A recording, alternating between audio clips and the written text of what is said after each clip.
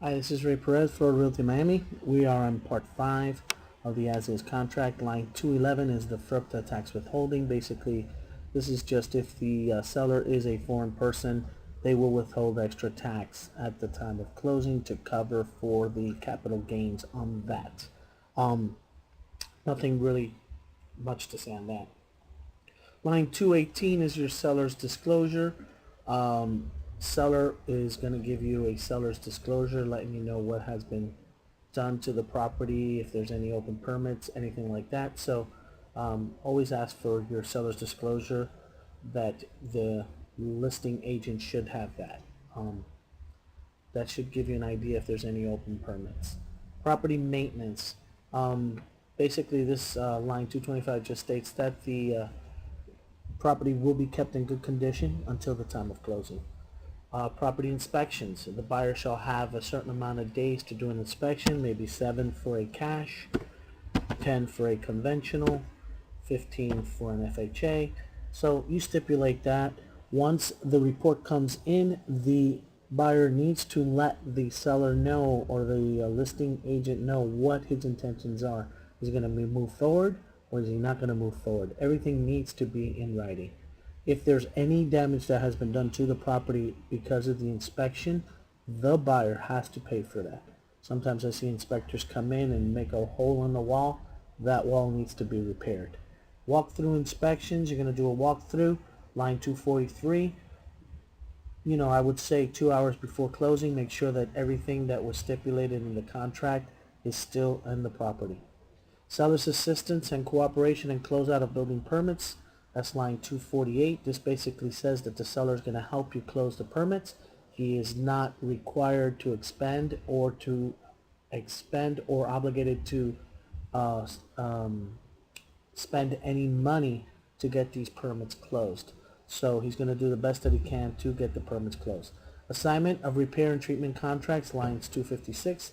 These are just usually fumigation where you can assign those warranties to the buyer.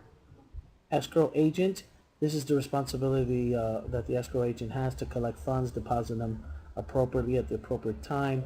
They're the ones who are going to be dispersing, so just read up on that.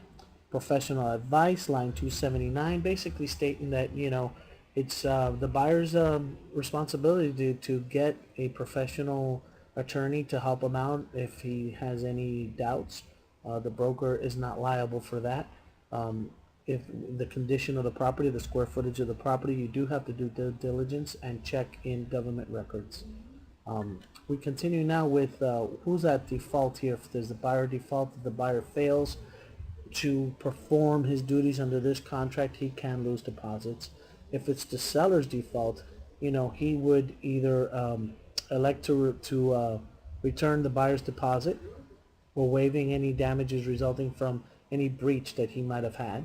There's a dispute, how we're going to handle that dispute. So I want you to read that. Unresolved controversies, in the dispute, sometimes it has to go into arbitration. Attorney fees and costs, the parties will split equally any mediation fees, but normally each party has to pay for their attorney fees and costs. Title evidence, restrictions, easements, and limitations. Within a time period, you're going to get, as the buyer, a title evidence stating those problems that the property might have or might not have. And you need to look those things over and make sure that you agree with them. So that's something you might want to take a look at and have an attorney go over that title evidence with you.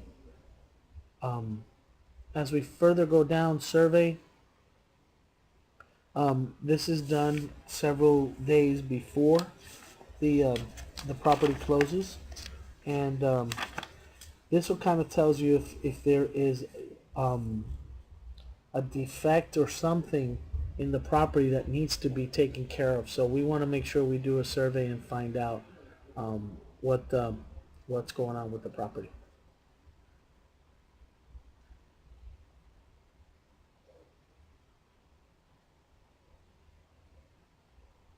And that's the end of part 5. We will proceed with part 6 shortly.